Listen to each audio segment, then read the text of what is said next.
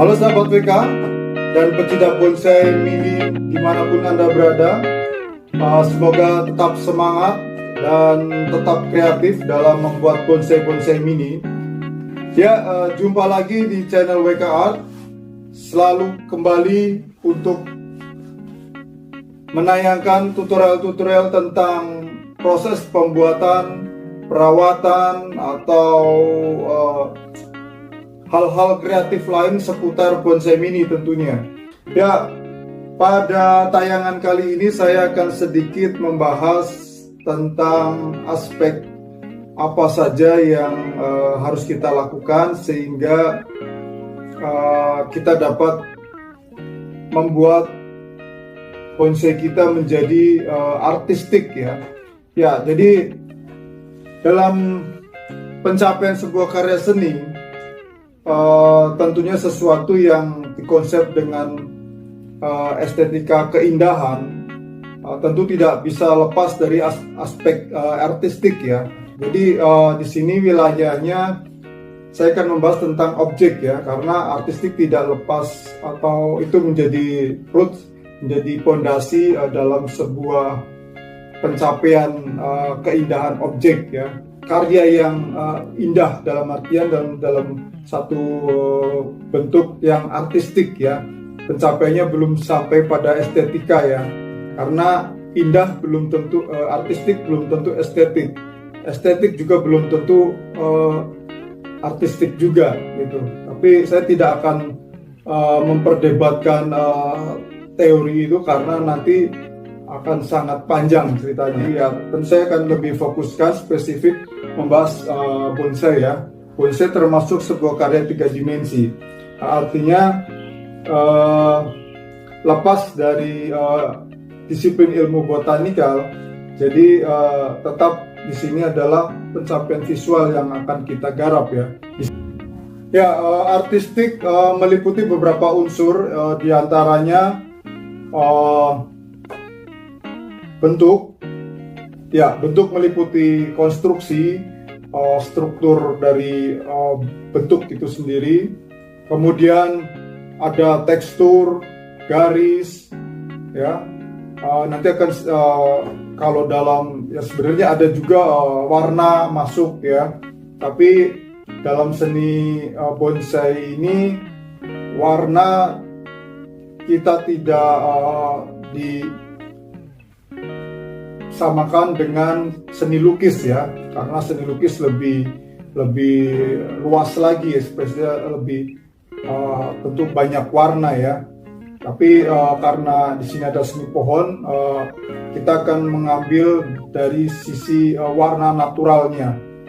Ya, oke, sekarang saya akan coba sedikit membedah dari bentuk ya, dasar, karena bentuk adalah dasar, dimana bentuk ini bagaimana untuk bisa mencapai artistik.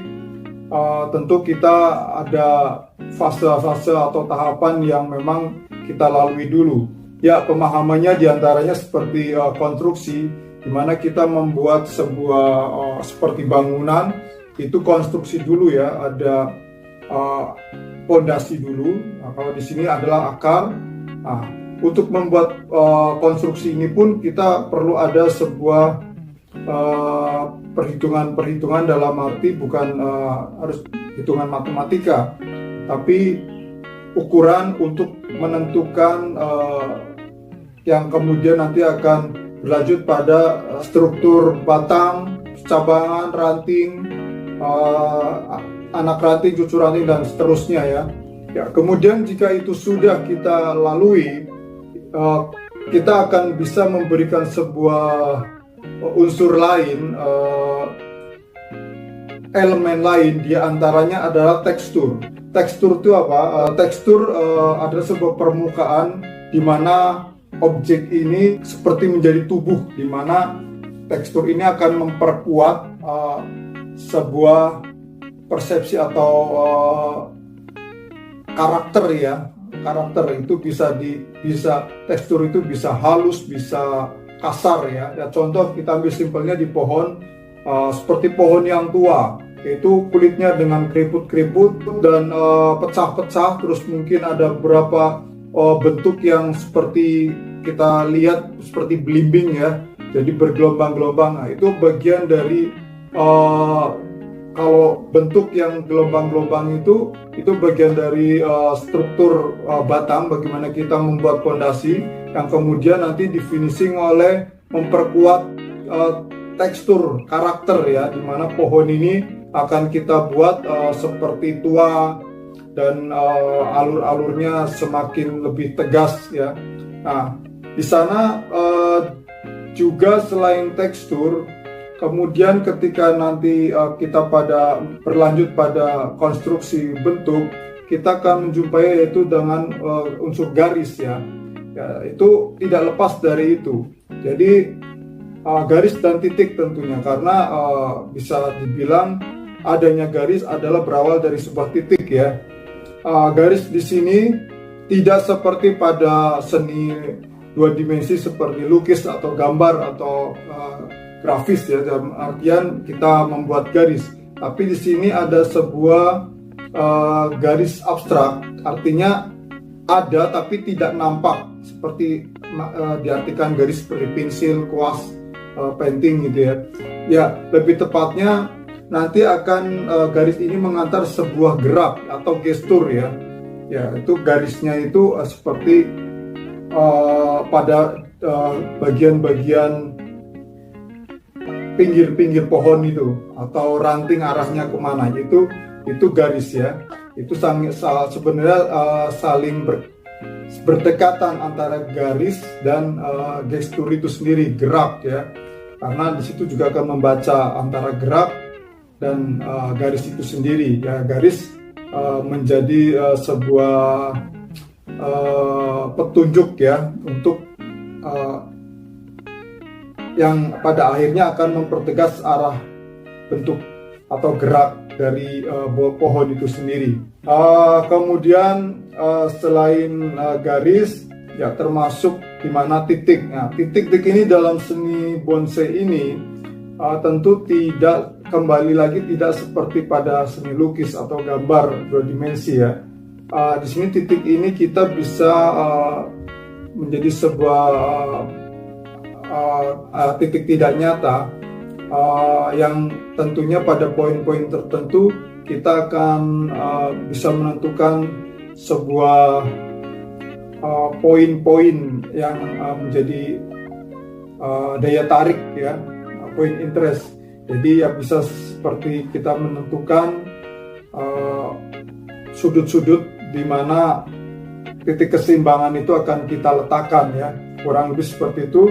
Dan kemudian ada dimensi. Nah, dimensi ini adalah ruang di mana kita ada sebuah komposisi yang bertujuan untuk membangun sebuah perspektif sudut pandang ya. Jadi ada jauh, ada dekat. Nah, seperti itu. Untuk menjadikan karya ini menjadi sebuah karya yang artistik, tentu kita seorang kreator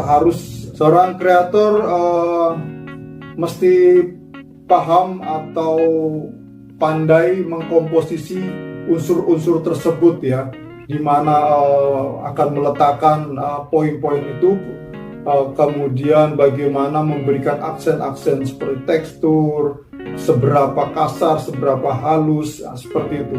Dan karena juga tekstur pun dalam seni dua dimensi atau tiga dimensi ada dua, di mana ada tekstur nyata dan maya. Artinya tekstur nyata itu kita buat seperti memang relief ya, ada kasarnya bentuknya, kita bisa raba, itu tekstur nyata. Kemudian tekstur maya itu seperti apa? Jadi seperti ada efek kasar itu, tapi tidak ada. Contohnya pada sebuah pohon itu kita lihat efek-efek warna yang bercak-bercak seperti jamur atau ya bekas kering atau apa, kulit yang mengelupas bekasnya. Nah, itu tekstur maya. Itu juga menjadi sebuah aspek yang sangat penting, sangat menarik untuk memperkuat karakter pohon tersebut. tahapannya adalah bagaimana kita mengolah bentuk itu dengan memasukkan berbagai unsur tadi ya. Jika kita sudah